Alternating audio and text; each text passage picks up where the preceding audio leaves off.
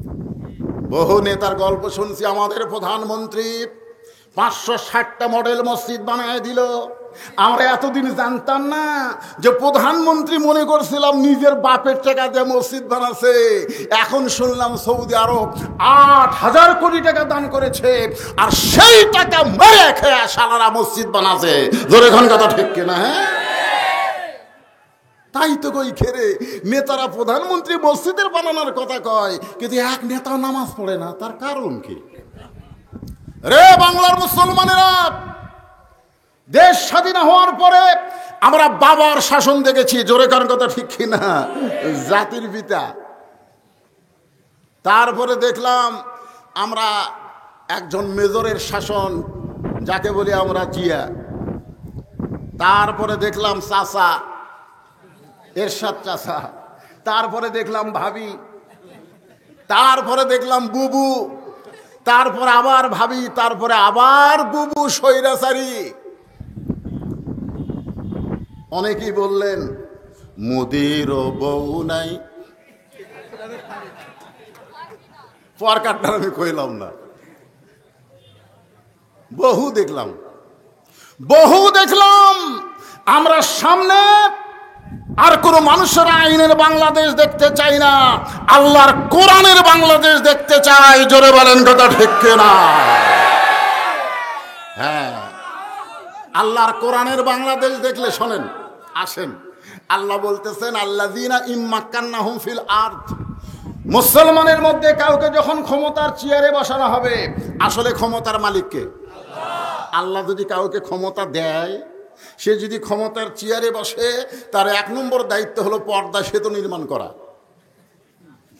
নাকি? 1 নম্বর দায়িত্ব হলো ফ্লাইওভারের রাস্তা করা, তল দেও যাবে, উপর দেও যাবে। 1 নম্বর দায়িত্ব হলো 560টা মসজিদ করা। 1 নম্বর দায়িত্ব হলো মাদক মুক্ত যুবক করা। 1 নম্বর দায়িত্ব হলো বাল্য বিয়া বন্ধ করা। এগুলো সরকারের দায়িত্ব হতে পারে, তবে 1 নম্বর দায়িত্ব এগুলো না। 1 নম্বর দায়িত্ব হলো আকামুস সালাত, নামাজ কায়েম করা। জোরে বলেন কথা ঠিক কিনা? আজকে যদি নামাজ কায়েমের আইন বাংলাদেশে চালু হয়ে যায়, এশার নামাজ না পড়ে কেউ আর শুনবে? কিন্তু আপনারা শুনতেছেন কেন? আপনাদের কাছে ওয়াজের গুরুত্ব আছে, নামাজের গুরুত্ব নাই। এটা কোনো বক্তার ওয়াজে শোনে নাই, আমার ওয়াজেই শুনছেন। এক লোকটা টুপি মাথার দিয়ে নামাজ পড়ে, তার উপর ওর পাগড়ি পরে। পাগড়ি পরার কারণ হলো 70 গুণ সোয়াব আল্লাহ বেশি দেয়। কিন্তু একদিন মসজিদে গিয়ে দেখে পাগড়ি আনে নাই। চিন্তা করতেছে বাড়িতে যদি যাই অনেক দেরি হবে, আমি জামাত তরক করব। জামাতে নামাজ পড়লে 27 গুণ, আর পাগড়ি মাথার দিলে 70 গুণ। সবাই নামাজ পড়ে যখন বাড়িতে গেছে, ও তখন এক টানে লুঙ্গি খুলে ওই লুঙ্গি মাথার পাগড়ি পরছে। এখন পাগড়ি পরে যখন শেষ দাঁত গেছে, এমন সময় এক মুসলিম মসজিদের মধ্যে ঢুকে দেখে পরনে লুঙ্গি নাই। পিছনে মারছে থাবা। ও লাভ দিয়ে ওটা করে, আমারে মারলে কেন ভাই? বলে তোর লুঙ্গি গেল কোন জায়গায়? বলে তোমার কি চোখ নেই? লুঙ্গি আমার মাথায়। বলে লুঙ্গি মাথাত কেন? বলে সোয়াবের আশায়। আপনারা বলেন তো, পাগড়ি পরা কি ফরজ? লুঙ্গি পরা? লুঙ্গি পরা সতর ঢাকা? জোরে করেন, সতর ঢাকা ফরজ। তাহলে লুঙ্গি পরা হলো ফরজ। তুমি সেই ফরজ বাদ দিয়া তুমি পাগড়ির সুন্নত আদায় করতেছো। এশার নামাজ হলো ফরজ, আর ওয়াজ শোনা হলো মুস্তাহাব। জোরে বলেন কথা ঠিক কিনা? এশার নামাজ বাদ দিয়া যারা ওয়াজ শুনতেছে, তারা লুঙ্গি খুলিয়া মাথায় পাগড়ি পরিছে। এখন আমার সঙ্গে সকালে বলা লাগবে, বলবেন সবাই, এশার নামাজ বাদ দিয়া, জোরে গান, এশার নামাজ বাদ দিয়া যারা ওয়াজ শুনতেছে, তারা লুঙ্গি খুলিয়া মাথায়। দেখেন তো কারা কারা কয় না, বুঝবেন। যারা যারা কয় না, এরা নামাজ পড়েনি। যদি এশার নামাজ না পড়ে আপনারা ওয়াজ শোনেন, এখানে মনে মনে যদি নিয়ত করেন, আল্লাহ আজকে হুজুর যেইভাবে আরকাউ ওয়াসজুদু আবুদু রাব্বাকুম রুকু সিজদার গুরুত্ব আলোচনা করতেছে, আজ থেকে নিয়ত করলাম বাকি জীবনে এক ওয়াক্ত নামাজ বাদ দেব না। ফজর থেকে যদি নামাজ ধরে, আল্লাহ বলে বান্দারে তুই যত নামাজ পড়িস নাই, তোর যত পাপ হয়ে গেছে, ফজর ধরার সঙ্গে সঙ্গে আমি আল্লাহ তোরে মাফ করে দিলাম। এই নিয়তে আমাদের সকলে কোরআনের মাহফিলে বসার দরকার আছে না নাই? জোরে কোন আছে না নাই? হ্যাঁ ভাইজান, নামাজই পারে মানুষকে যাবতীয় খারাপি থেকে বাঁচাই দিতে। বহু নেতার গল্প শুনছি, আমাদের প্রধানমন্ত্রী 560টা মডেল মসজিদ বানায় দিল। আমরা এতদিন জানতাম না যে প্রধানমন্ত্রী মনে করছিলাম নিজের বাপের টাকা দিয়ে মসজিদ বানাচ্ছে। এখন শুনলাম সৌদি আরব 8,000 কোটি টাকা দান করেছে, আর সেই টাকা মেরে খেয়ে সালারা মসজিদ বানাচ্ছে। জোরে খান কথা ঠিক কিনা? হ্যাঁ তাই তো কই খেরে নেতারা প্রধানমন্ত্রী মসজিদের বানানোর কথা কয়, কিন্তু এক নেতা নামাজ পড়ে না। তার কারণ কি? আপনারা কি মনে করতেছেন খালি মনে মনে মসজিদ বানালি হবে? এই জোরে কর, মসজিদ বানালি হবে? নামাজ কায়েমের বিল উত্থাপন করতে হবে। আর নামাজ কায়েমের বিল মানুষের তৈরি আইন দেওয়া হবে না, এইটা আল্লাহর কোরআনের আইন দিয়ে চালু করতে হবে। আল্লাহর কোরআন দিয়ে যখন বাংলাদেশ চলবে, তখন বাংলাদেশের সাইজটা কেমন হবে নিজের চোখে আমাদের দেখার দরকার আছে না নাই? আমরা কি দেখবার পারছি? দেখবার পারি নাই। তবে যদি একটু চেষ্টা করি, আজকের মাহফিলে মনোযোগ দিয়ে কথাগুলো শুনি, সামনে হয়তো কোরআনের আইন আমরা দেখতে পাবো। আল্লাহর কোরআনটা কেমন এটা দেখার জন্য হযরত ওমর ছদ্মবেশে মদিনার অলি গলি ঘুরতেছে। হযরত ওমর মদিনার অলি গলি ঘুরতে গিয়ে দেখতে পাই দুই পাহাড়ের মাঝখানে একটা বিস্তীর্ণ মরুভূমি। ওই মরুভূমির মধ্যে একজন রাখাল উট আর দুম্বা চড়ায়। হযরত ওমর রাখালকে সালাম দিয়া আল্লাহর কোরআনকে দেখার নিয়ত করলেন। ধরে কোন সুবহানাল্লাহ। এই যে আপনারা কোরআন শুনতে আইছেন, এই কোরআন শোনার মধ্যে কোনো লাভ নাই, বাস্তবে আল্লাহর কোরআন দেখতে হবে। উমর রাখালকে সালাম দিয়ে বললেন, রাখাল ভাই আমার পেটে ক্ষুধা লাগছে, আমি উটের এক পেয়ালা দুধ চাই। রাখাল মুসকি মুসকি হাসতেছে। ওমর ফারুক বলে, রাখাল হাসার কারণ কি? রাখাল বলতেছে, তুমি আমার কাছে সালাম দিলে, উটের দুধ চাইলে, আমি তোমার সালামের উত্তর দিব না, উটের দুধও দিবার পারবো না, আগে জানতে হবে তোমার পরিচয়। উমর ফারুক চিন্তায় পড়ে গেল, আমি আল্লাহর কোরআন দেখার জন্য ছদ্মবেশ ধারণ করছি, এখন যদি আমার পরিচয় দেই তো গুমুর ফাঁস হয়ে যায়। উমর ফারুক বললেন, আমার পরিচয় শুনবে কেন? বলে, পরিচয় না শুনলে সালামের উত্তর দেওয়া যাবে না, তোমাকে এর এক পেয়ালা দুধ দেওয়া পারবো না। উমর ফারুক চিন্তায় পড়ে গেলেন, কি পরিচয় দিব? উমর পরিচয় দিব না অর্ধ পৃথিবীর খলিফা পরিচয় দিব? এমন সময় আল্লাহর কোরআন ওমরের সামনে দাঁড়ায় বলে, ওমর রাখাল যখন তোমার পরিচয় চাইছে, তুমি আসল পরিচয় দাও। তোমার আসল পরিচয় হলো তুমি অর্ধ পৃথিবীর খলিফা না, আসল পরিচয় তুমি ওমর না, আসল পরিচয় হলো মিল্লাতা আবিকুম ইব্রাহিম হুয়া সাম্মাকুমুল মুসলিমিন। আসল পরিচয় হলো তোমার জাতির পিতা। জাতির পিতা কে? হ্যাঁ মুসলমান। কে রে? কেউ যদি বলে দুই বাপে আমাকে জন্ম দিছে, বুঝবেন ওর জন্মের মধ্যে ভেজাল আছে। কেউ যদি বলে আমার জাতির পিতা দুইটা, বুঝবেন ওর জাতির মধ্যে ভেজাল আছে। তিনটা ব্যাপারে, তিনটা বিষয়ে আপনার একাধিক পিতা মানবেন না। একটা হলো আদি পিতা আদম আলাইহিস সালাম, একটা হলো জাতির পিতা হযরত ইব্রাহিম আলাইহিস সালাম, আর একটা হলো জন্ম দেওয়া বাপ। এই তিনটা পিতার ব্যাপারে দুটা মানা যাবে। তাহলে জাতির পিতা কয়টা? মুসলমান হিসাবে জবান খুলে বলেন কয়টা? আমরা বলি, যাকে তোমরা জাতির পিতা বলো, আমরা তাকে জুতের ফিতা মনে করি। জোরে এখন কথা। মুসলমান, আল্লাহ কোরআনে ডাইরেক্ট বলেছেন, মিল্লাত আবিকুম ইব্রাহিম ওয়া সাম্মাকুমুল মুসলিমিন। ওমর ফারুক আল্লাহর কোরআন বলে, ওমর, রাখাল যখন তোমার পরিচয় চাইছে তুমি আসল পরিচয় দাও। তোমার আসল পরিচয় হলো তুমি একজন মুসলমান। ওমর ফারুক বলে, রাখাল ভাই, আমার পরিচয় যদি জানতে চাও, আমার পরিচয় হলো আমি একজন মুসলমান। রাখাল মুস্কি মুস্কি হাসে। ওমর ফারুক বলে, আবার হাসো কেন? বলে, হাসার কারণ হলো তুমি আসল না নকল। ওমর চমকুটা বলে, মুসলমান তো মুসলমান, এবার আসল নকল কি? রাখাল বলে, পথিক, আসল মুসলমান যারা হবে তারা চাওয়ার ব্যাপারে সতর্ক থাকবে। আসল মুসলমান কোনোদিন বাবার দরবারে যাবে না। আসল মুসলমান কোনোদিন দয়াল বাবার দরবারে যাবে না। জোরে বলেন কথা ঠিক না? আসল মুসলমান জানে ইয়াকা নাবুদু ওয়া ইয়াকা নাস্তাইন। দরকার হলে ফাঁসির মঞ্চে যাবে, রাষ্ট্রপতির কাছে বাঁচার দরখাস্ত আসল মুসলমান লিখবে না। ধরে গান কথা ঠিক না? বিএনপির একজন ওই চিটাগাঙ্গের নেতাকে বলেছিল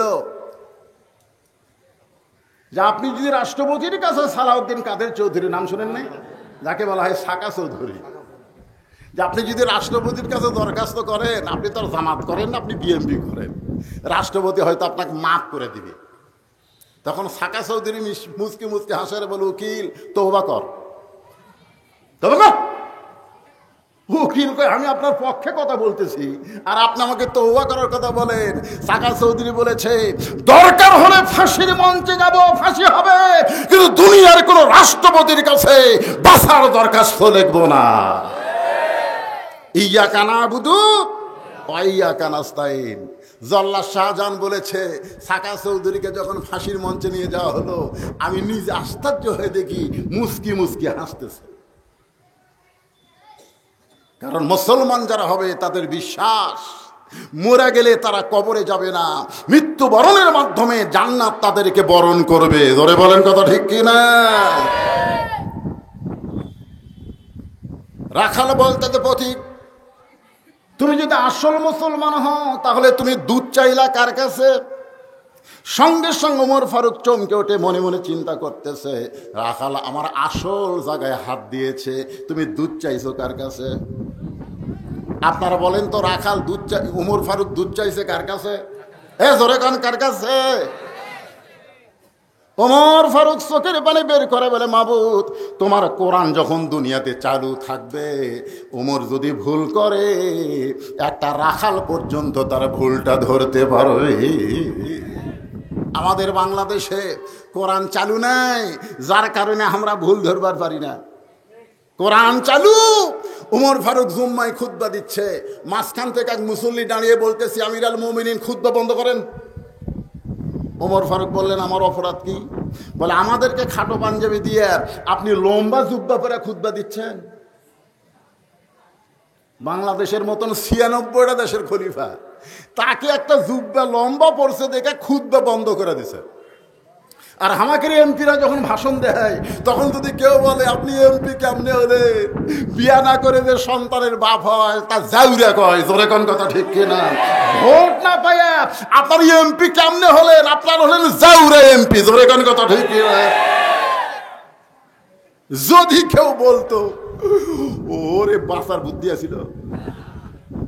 কারণ মানুষের তৈরি আইন চলে, নেতাকে ভুল ধরা যায় না। জোরে কোন কথা ঠিক কিনা?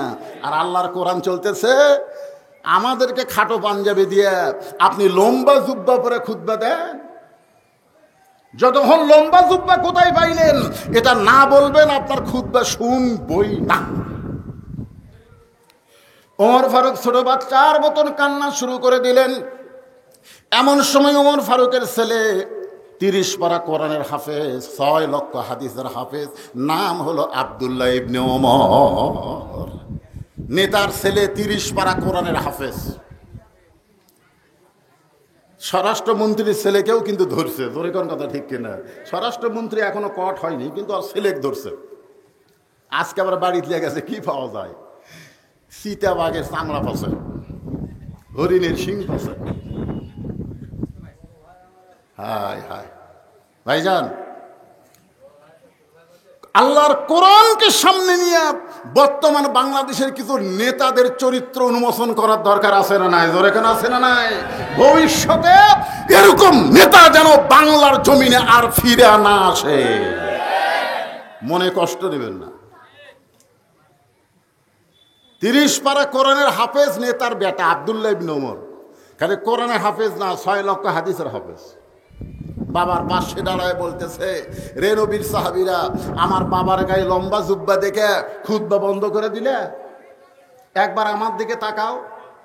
ওসমান গনি বলে, আব্দুল্লাহ, আজকে জুমার দিনে সবাই নতুন কাপড় পরে নামাজ পড়তে আইছে, আর তোমার পরনে পুরাতন কাপড় কেন? আব্দুল্লাহ বলতেছে, আমি যদি নতুন কাপড় পরতাম তাহলে আমার বাবার জুব্বা লম্বা হতো না। সুবহানাল্লাহ বলেন।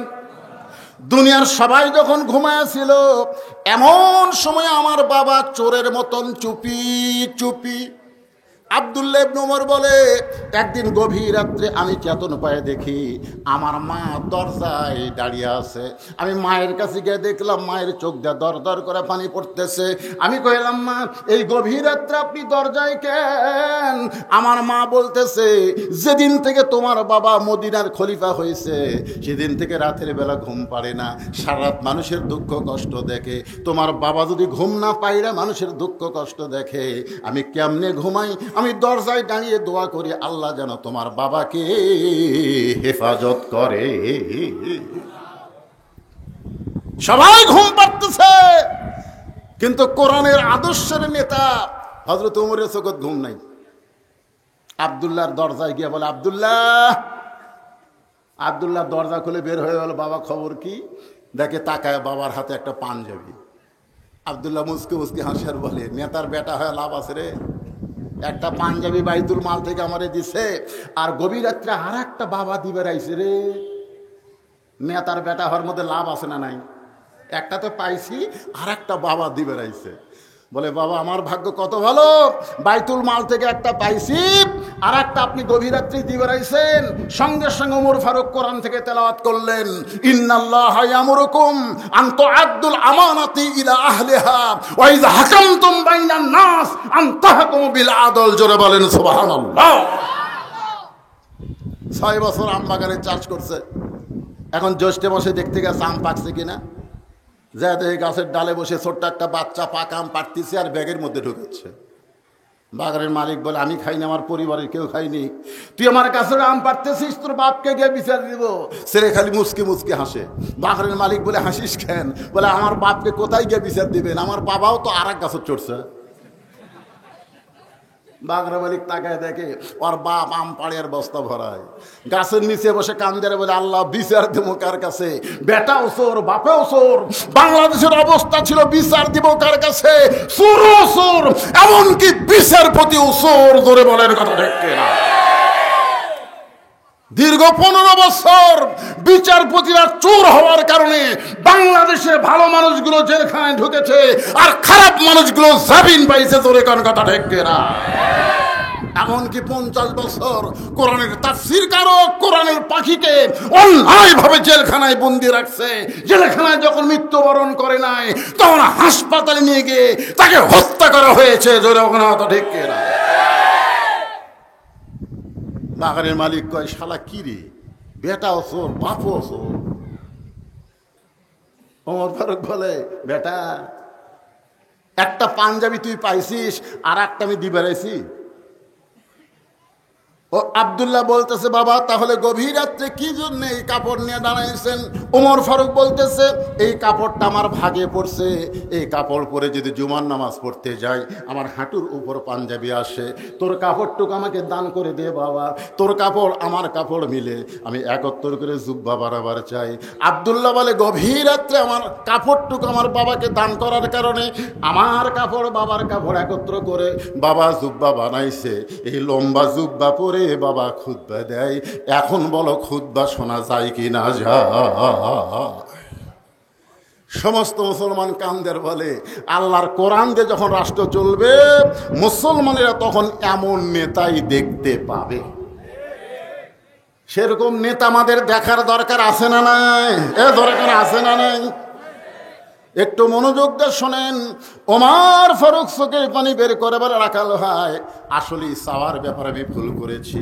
রাখাল বলতেছে, ভুলটা যখন স্বীকার করছো তাহলে তুমি তওবা করো। আপনারা যারা এশার নামাজ পড়েন তওবা করেন, আল্লাহ যা করছি করছি আর করবো না। আল্লাহ কয় এটাই আমি চাইরে পাগলা। পাপকারীকে আল্লাহ অত্যন্ত ভালোবাসে, আল্লাহ পাপীকে ভালোবাসে না। পাপীকে আল্লাহ ভালোবাসে, কিন্তু পাপকে আল্লাহ ভালোবাসে না। কি জন্য ভালোবাসে? যে পাপী যে কোনো সময় তওবা করে যদি আল্লাহর কাছে ফেরত আসে, আল্লাহ রাসূল বলেছেন তায়েবু হাবিবুল্লাহ, তওবাকারী আল্লাহর দোস্ত। জোরে বলুন সুবহানাল্লাহ। আমি বলবো না কারা কারা এশার নামাজ পড়েন নাই, নিজের বিবেককে প্রশ্ন করেন। আপনি এই মুহূর্তে নিয়ত করেন ফজর থেকে আর নামাজ ছাড়ব। এর নাম হলো তওবা, এর নাম হলো ফিরে আসা। ওমর ফারুক বলে রাখাল ভাই চাওয়ার ব্যাপার আমার ভুল হয়ে গেছে, আমি তওবা করতেছি। রাখাল বলে তুমি মূর্খ মানুষ, তুমি তওবা কেমনে করবা? আমি তোমাকে তওবা করাই, তুমি আমার সঙ্গে তওবা পড়ো। ওমর ফারুক জিব্বাত কামড় দিয়ে মনে মনে কয়, একটা রাখাল পর্যন্ত আমাকে মূর্খ কয়। জোরে কোন কি কয়? ওমর কয় রাখাল মূর্খাবে কি দেখলে? বলে চাওয়ার ব্যাপারে যে বেটা সতর্ক হয় না সে কোনোদিন জ্ঞানী মানুষ না। ডক্টর কামাল বাংলাদেশের সংবিধান লেখছে, জোরে কোন ঠিক কিনা? 18 সালে ডক্টর কামালের নেতৃত্বে একদল নেতা সিলেটের শাহজালাল মাজারে গেছিল। মাজারে গিয়া 2 হাত তুলে বলতেছে, বাবা এবার আমরা ভোটার দল আছি। 2 কান্দের ফেরেশতা কয় আল্লাহ এই শালা বাংলাদেশের সংবিধান লেখছে, আর আল্লাহ বাদ দিয়া বাবার কাছে হাত তুলিছে। এর মতন মূর্খ তো কেউ নাই। কারণ চাওয়ার ব্যাপারে যে সতর্ক হয় না, ই হলো সবচাইতে বড় মূর্খ। বর্তমান ডক্টর ইউনূস ওই ডক্টর কামালের কাছে আবার কাছে সংবিধান লেখানোর জন্যে। শোনেন, মানুষ লেখা সংবিধান মানুষ মানলে কোনোদিন শান্তি পাবে না। আল্লাহর দেওয়া সংবিধান আমাদের মানা লাগবে। জোরে কোন কথা ঠিক কিনা? ওমর ফারুক চোখের পানি বের করে বলে রাখাল ভাই তাহলে তুমি আমাকে তওবা পড়াও।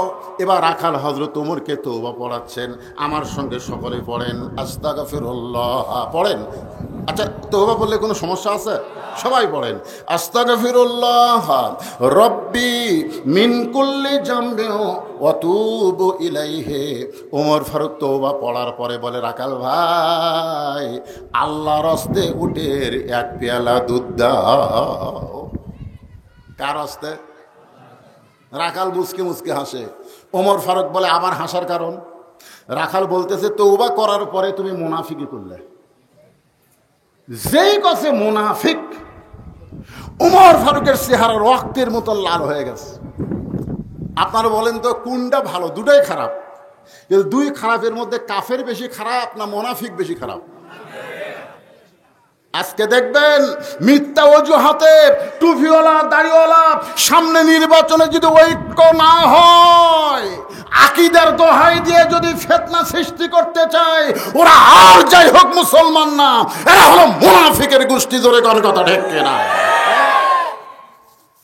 চিন্তা করে দেখেন জাহান্নামের সবচাইতে নিচে কে থাকবে, কাফের না মুনাফিক? আল্লাহ রাসূল বলেন কাফেররা পেশাব পায়খানা করবে, মুনাফিকরা তলে থেকে ওটা খাবে। সাহাবীরা বললেন হুজুর এই মুনাফিক কোন গোষ্ঠী? আল্লাহ রাসূল বললেন মুনাফিক মুসলমানের মধ্যেই তৈরি হবে। সর্বপ্রথম যিনি মুনাফিক হয়েছে তার নাম কি? আব্দুল্লাহ পাওয়া যাবে না। আব্দুল্লাহ ইবনে উবাই হলেন একজন সাহাবী, যিনি সর্বোত্তম মুনাফিক। তার নাম হলো, এই নামটা আপনারা খেয়াল করবেন, অনেক বক্তারাও ভুল করে, আব্দুল্লাহ ইবনে উবাই কয়। আসলে আব্দুল্লাহ ইবনে উবাই না, উবাই ইবনে খালদ। আব্দুল্লাহর বাপের নাম হলো উবাই। এই উবাইটা হচ্ছে মুনাফিক। আপনারা বলেন তো মুনাফিক হওয়ার পিছনে কারণ কি? উনি কিন্তু 5 ওয়াক্ত নামাজ মসজিদে জামাতের সাথে পড়তেন। হয়তো আবু বকর রাদিয়াল্লাহু কখনো ডান পাশে কখনো বাম পাশে দাঁড়াতেন। আল্লাহ রাসূল তাকায় দেখতেন আবু বকরের যেমন পাগড়ি, যেমন দাড়ি, যেমন জুব্বা, ওই উবাইয়েরও তেমন দাড়ি, তেমন পাগড়ি, তেমন জুব্বা। কোনোদিন আবু বকরের আগে উবাই মসজিদে আসতো কোনোদিন? আল্লাহ রাসূল বলতেন এরা এতই ফাঁকা মুসলমানদের বাবা, সামনে কাতার আবার তাকবীরে উলে। কিন্তু এত ভালো নামাজি মুনাফিক কখন হলো? কোরআনের একটা আয়াত যখন নাজিল হয়েছে, আয়াতটা হচ্ছে ইয়া আইয়ুহান নাবিয়্যু হারজিল মুমিনিনা আলাল কিতাল। ওগো নবী, যারা আপনার পিছনে জামাতবদ্ধ হয়ে নামাজ পড়তেছে তাদেরকে সৈন্য হিসেবে গড়ে তোলেন, কারণ যে কোনো সময় মক্কার কাফেরেরা মদিনা আক্রমণ করতে পারে, আর মদিনা যখন আক্রমণ করবে তখন নামাজ দিয়ে রোজা দিয়ে আপনি মদিনা রক্ষা করতে পারবেন না। ওই কাফের বেঈমানদের বিরুদ্ধে অস্ত্র ধরা লাগবে। হুকুম কার? এই আয়াত যখন নাজির হলো তখন ওবার খাল সামনে থেকে গিয়ে আল্লাহ রাসূলকে বলতেছে, হুজুর এটা না গন্ডগোলের আয়াত। আয়াত কে নাজিল করছে? নবী না আল্লাহ? নবী কয় আল্লাহ, তুমি নাজিল করলা কোরআনের আয়াত, আর এই শালা কয় গন্ডগোলের আয়াত। ই কে? টুপি দাড়ি জুব্বা যেই রকম দেখতেছি এর তো চিনতে পারতেছি না আসলে কে। সঙ্গে সঙ্গে আল্লাহ তাআলা আয়াত নাজিল করলেন, ওয়ামিনান নাসি মান ইয়াকুলু আমান্না বিল্লাহি ওয়া বিল ইয়াউমিল আখিরি ওয়া মা হুম বিমুমিনিন।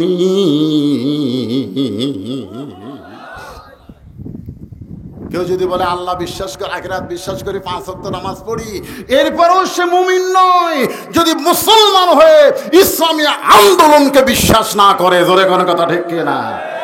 ইসলামী আন্দোলন গন্ডগোল নয়, বাতিলের বিরুদ্ধে জিহাদ করার নাম। জোরে কোন ঠিক কিনা? কি করবেন? লুকে থেকে পুলে থেকে? একটু মনোযোগ দিয়ে কথাগুলো শুনবেন। গরমে কি আপনারা বিরক্ত হচ্ছেন? ওটা বসা করলে কিন্তু আলোচনা ভালো হয় না। এই যে মাঝখানে 2 জন উঠলেন, কি আমার কথা কি বুঝতে আপনাদের সমস্যা হচ্ছে? আমি মাইগুলা ভাইকে বলছি, ভাই সাউন্ড যদি আসতেও হয় অসুবিধা নাই, কিন্তু চঞ্চন করলে জনগণ কিন্তু বুঝতে পারবে না। আপনারা কি আমার কথা বুঝতেছেন?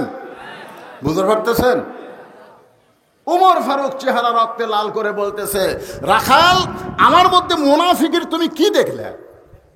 রাখাল বলতেছে, আপনার মুখের সাথে মনের মিল নাই। আপনি সত্যি করে বলেন তো, আমি কি উটের মালিক? ওমর ফারুক বলতেছে, না তুমি তো উটের মালিক না। তো মালিক বাদ দে, আপনি রাখালের কাছে আল্লাহর রাস্তায় যতই চান রাখাল দিবার পারবে? আমার জীবনে যার প্রমাণ। পাবনা বাইকোলা মাহফিল করে টেস্টে কেবল নামছি, ইতিমধ্যে এক লোক দৌড়ে এসে চকচক 100 টাকার লোট আমার হাতত দিছে, দিয়ে কয় হুজুর দোয়া করেন। আমি টাকা থেকে লোভ হলো, চকচকা তো পকেটে থুয়ে বললাম, কিসের দোয়া? বলে আমার বইয়ের পেটে একটা বাচ্চা আইছে, আল্লাহ যেন পুত্র দেয়। আমি তখন চিন্তায় পড়ে গেলাম, কে রে, আমি 3 মেয়ের বাপ, আজ পর্যন্ত আল্লাহ আমাকে পুত্র দেয়নি, আর আমার দোয়া দেয়া ওর বইয়ের পেটে পুত্র হবি? আমার খবর তো আমি জানি। পকেট থেকে 200 টাকা বের করে দিলাম। কয় হুজুর আমি তো টাকা চাইনি, দোয়া চাইছি। আমি বললাম, পাগলা তুই জানিস না আমি 3 মেয়ের বাপ, আমার দোয়া যদি পুত্র সন্তান হতো তাহলে আল্লাহ আমাকে একটা দিত। আমি তো বহু দোয়া করছি, আল্লাহ আমাকে দেয়নি। তখন বলে, হুজুর আপনি টাকা আপনি নেন, আমারটা আমাকে দেন। ওই টাকা নিয়ে তখন দৌড় মারতেছে, আমি খপ করে হাত ধরে বললাম, কোথায় যাবি? বলে ওই হুজুরের কাছে যাবো যার বেটা সওয়াল আছে। আমি কইলাম, কোনো হুজুরের কাছে না, কোনো বাবার কাছে না, কোনো মাজারে না, কোনো পীরের কাছে না। পাবার যদি চাও একমাত্র আল্লাহর কাছে চাইতে হবে। জোরে কোন কথা ঠিক না? রাখাল বলে, পথিক সত্যি যদি উটের 1 পেলা দুধ চাও তাহলে আমি রাখালের কাছে আল্লাহর হস্তে না চাইয়া মালিকের বাড়িতে যাও। এখান থেকে 10 মাইল দূরে ওই মালিকের বাড়িতে গিয়া বলো, মালিক আল্লাহর হস্তে উটের 1 পেলা দুধ চাই। মালিক যদি হুকুম দেয় তাহলে আমার কাছে আসো, আমি তোমাকে উটের 1 পেলা দুধ দিব। ওমর ফারুক চোখের পানি বের করে বলে, রাখাল ভাই এত কষ্ট করে এত দূর মালিকের বাড়ি যাওয়ার দরকার নাই, বরং তোমাকে আমি 2 টাকা দিচ্ছি, তুমি আমারে উটের 1 পেলা দুধ দাও। রাখাল এবার চারিদিকে তাকায় বলে, পথিক তুমি কি হযরত ওমরকে চিনো? ওমর চুমকে উঠছে। রাখাল বলতেছে, পথিক তুমি তো আমারে 2 টাকা ঘুষ দিবার চাচ্ছা, তুমি কি ওমরক চিনো? ওমরের গুপ্ত বাহিনী যদি দূর থেকে দেখবার পায় তুমি আমারে 2 টাকা ঘুষ দিছো, আর মালিক বাদ দিয়া তোমাকে উটের 1 পেলা দুধ দিছি, তাহলে তোমাকেও ধরবে আমাকেও ধরবে। এই বয়সে তুমি ধরা খাবার চাও? ওমর ফারুক বললেন, রাখাল ভাই তাহলে চলো আমরা পাহাড়ের গুহার মধ্যে যাই, গুহার মধ্যে গিয়া তোমার গোপনে 2 টাকা দিব, তুমি গোপনে উঠে 1 পেলা দুধ দিবে। উমরের গুপ্ত বাহিনীও ধরতে পারবে না, তোমার মালিকও জানতে পারবে না। রাখাল চিল্লায় বলে, তুমি ভণ্ড, তুমি ভণ্ড, তুমি ভণ্ড। উমর ফারুক বলে, রাখাল আমার মধ্যে ভণ্ডামির কি দেখলে? রাখাল বলে, পথিক, উমরের গুপ্ত বাহিনী দেখতে পাবে না, আমার মালিক জানতে পারবে না, কিন্তু পাহাড়ের গুহার মধ্যে দেওয়া নেওয়া করলে কেউ না দেখলেও রাখালের আল্লাহ দেখতে পায়। যেই কইছে রাখালে আল্লাহ দেখতে পাই, সঙ্গে সঙ্গে হযরত ওমর মারছে দৌড়। এক দৌড়ে পাহাড়ের পাদদেশে গিয়া যায় নামাজ বিছায়া আল্লাহর কাছে বলতেছে, আল্লাহ তোমার কোরআন এত সুন্দর, তোমার কোরআন যখন দুনিয়াতে চালু থাকবে তখন কেউ না দেখলেও আল্লাহ দেখবে, এই বিশ্বাস মুসলমানের কলিজার মধ্যে আসবে। আপনারা বলেন তো, কেউ না দেখলেও কে দেখতেছে? আর 15 বছর আমরা বক্তারাও পর্যন্ত চারিদিকে দেখে তারপর ওয়াজ করছি। আর সময় দেখছি রাস্তার পুলিশের গাড়ি আছে কিনা, মঞ্চে এসে দেখছি বর্তমান সরকারের কোনো ক্যাডার মঞ্চে আছে কিনা, বিজ্ঞাপন পড়ে দেখি কোন নেতার নাম, ওরে ব্যাপারে। তখন আমার মন বলতেছে, বাড়ির যদি যাওয়ার শেষ তাহলে তেলতলা ওয়াজ কর। কড়া ওয়াজ করলে কিন্তু বাড়ির যাওয়ার পারবো না, তো পুলিশ ধরে থানাতে যাবে। আমরা পুলিশ ধরার চিন্তা করে ওয়াজ করেছি, কিন্তু আজরাইল ধরার চিন্তা করি নাই। জোরে কোন কথা ঠিক কিনা? আর বর্তমানে মুসলমান আর পুলিশ ধরার চিন্তা করে না, এখন মুসলমান আল্লাহ ধরার চিন্তা করতেছে। জোরে কোন কথা ঠিক কিনা? কি অবস্থা! কেউ না দেখলেও কথা কয় না, কেউ না দেখলেও আল্লাহ দেখতেছে। এই বিশ্বাস যদি অন্তরে থাকবে, বাংলাদেশে কোনো ভেজাল থাকবে? ওমর ফারুকের চোখের পানি দেখে রাখাল বলতেছে, পথিক যতই কান্দা কান্দো, আমি তোমাকে উটের দুধ দিবার পারলাম না। ওমর ফারুক বলে, রাখাল ভাই, উটের দুধের কোনো দরকার নাই, বরং তোমার কাছে আমি জানতে চাই, তুমি না দেখা আল্লাহকে কলিজার মধ্যে জায়গা দিয়ে আল্লাহর কোরআন অনুযায়ী আমল করতেছ, এর বিনিময়ে তোমার চাহিদা কি?